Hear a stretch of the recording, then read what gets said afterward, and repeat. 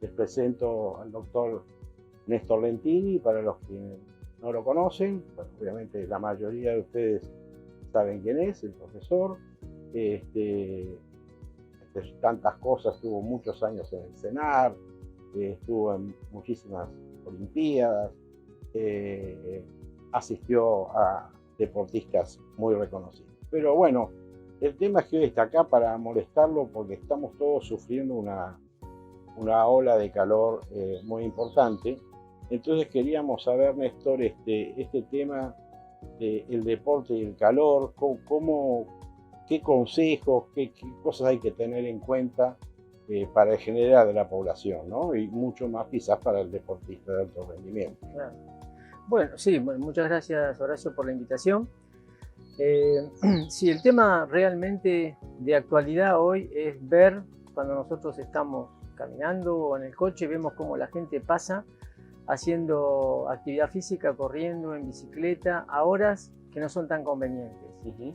Entonces, ¿qué pasa? Nuestro organismo es un organismo, nosotros decimos que somos homeotermo, el ser humano es homeotermo, es decir, que mantenemos una temperatura en 37 grados aproximadamente, y por eso tenemos un termostato que está en el hipotálamo que nos dice si aumenta la temperatura, cómo enfriarla, ya sea en forma voluntaria o involuntaria. Si vamos a un lugar frío, evidentemente nos pondremos voluntariamente más ropa. Si vamos a un lugar de mucha temperatura, nos sacamos ropa o prendemos el aire acondicionado, el ventilador, etc. Correcto. Entonces de esa manera vamos manteniendo ese, digamos, nivel de temperatura central en 37 grados. Pero el organismo entonces tiene, ante una situación como por ejemplo, si vamos al sol, en momentos donde los rayos están en forma perpendicular, nosotros ganamos calor por radiación. Si nosotros, por ejemplo, vamos a un aula que está en cambio fresca y hay muchas personas, al rato ese aula va a estar más cálida, va a aumentar la temperatura. ¿Por qué? Porque nosotros estamos eliminando ondas electromagnéticas, estamos perdiendo calor por radiación. O sea que podemos ganar o perder calor por radiación. También perdemos por sudoración. Nosotros ante una situación de estrés como es el hacer actividad física, bueno, por supuesto nuestra respuesta va a ser perder calor del que está aumentando en nuestro interior, en el organismo, y a través de todo nuestro sistema vascular, el calor que se genera en el músculo pasa por todos los sistemas vasculares, llega a la piel y entonces se disipa. Pero para que haya una buena disipación de calor, o sea, para que podamos perder calor, nosotros necesitamos que haya un gradiente, una diferencia. Entonces, por ejemplo, si estamos en un ambiente frío lo vamos a perder mejor, y si estamos en un ambiente cálido vamos a dificultar. Va a costar más. Ahora, además, transpiramos y entonces lo importante es que podamos evaporar el sudor. Por cada gota de sudor se liberan 0,58 calorías. Por cada gotita de sudor que nosotros podamos evaporar. Si nosotros transpiramos y no podemos evaporar el sudor, no estamos posibilitando una buena termorregulación. Por eso es que hay una forma en la cual cuando nosotros corremos en contra del viento, el viento pasa por nuestra piel y entonces en los pelitos nuestros que hay una capa de aire un poquito más cálida, entonces la refresca y ahí se produce una mejor pérdida de calor. Se hace más llevadero. Más llevadero. Sí.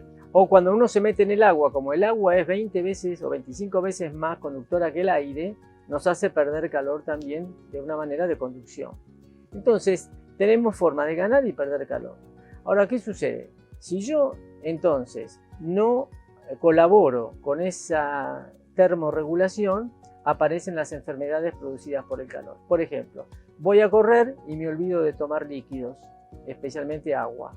Antes, previamente, 2 horas antes, yo me tengo que empezar a hidratar. Correcto. Y me tengo que empezar a hidratar a razón de unos 200 centímetros cúbicos cada 20 minutos.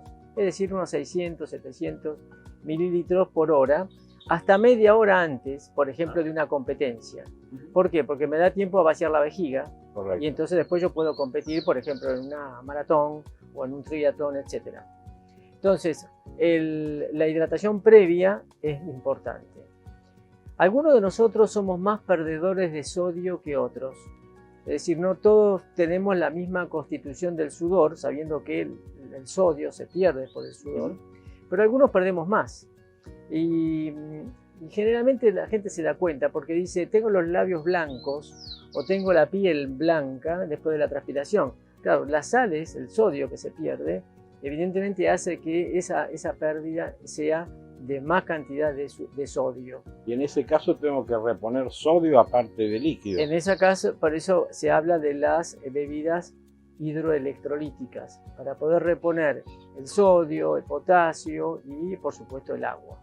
Entonces, si nosotros esperamos para tener sed, ya es un mecanismo tardío. Tardío, claro. Porque primero tenemos que deshidratarnos para desencadenar que nuestro organismo diga a través del hipotálamo, esta persona, este organismo tiene sed, hay que darle de tomar.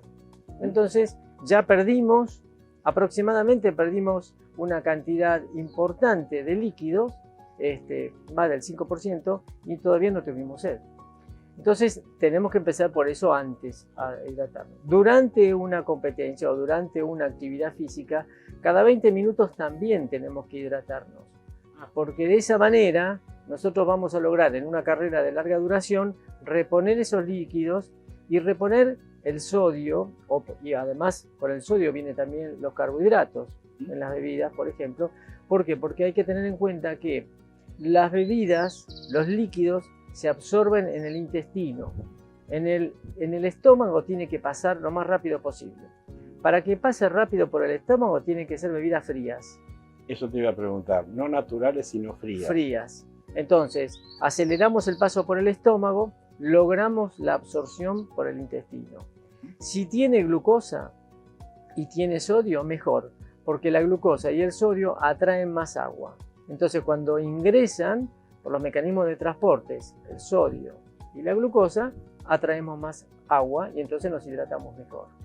Entonces, y cuando termina la actividad física, una forma práctica es pesarnos. Nos pesamos antes de la actividad física y nos pesamos después. Si yo perdí 1 kilo, o sea 1 litro, a pesar de haber tomado líquido durante una competencia o durante la actividad que yo haya elegido desarrollar, quiere decir que si perdí 1 kilo, he perdido un litro de líquido. Por lo tanto, tengo que tratar de recuperar siempre el 50% más de lo que pierdo. ¿En cuánto tiempo? En aproximadamente unas 4 horas. En 4 horas tengo que recuperar el 50%. El 50% más de lo que perdí. Si yo perdí 2 kilos, tendré que tomar por 3 litros. Ajá. Entonces, de esa manera voy a asegurarme que al día siguiente ya estoy bien hidratado.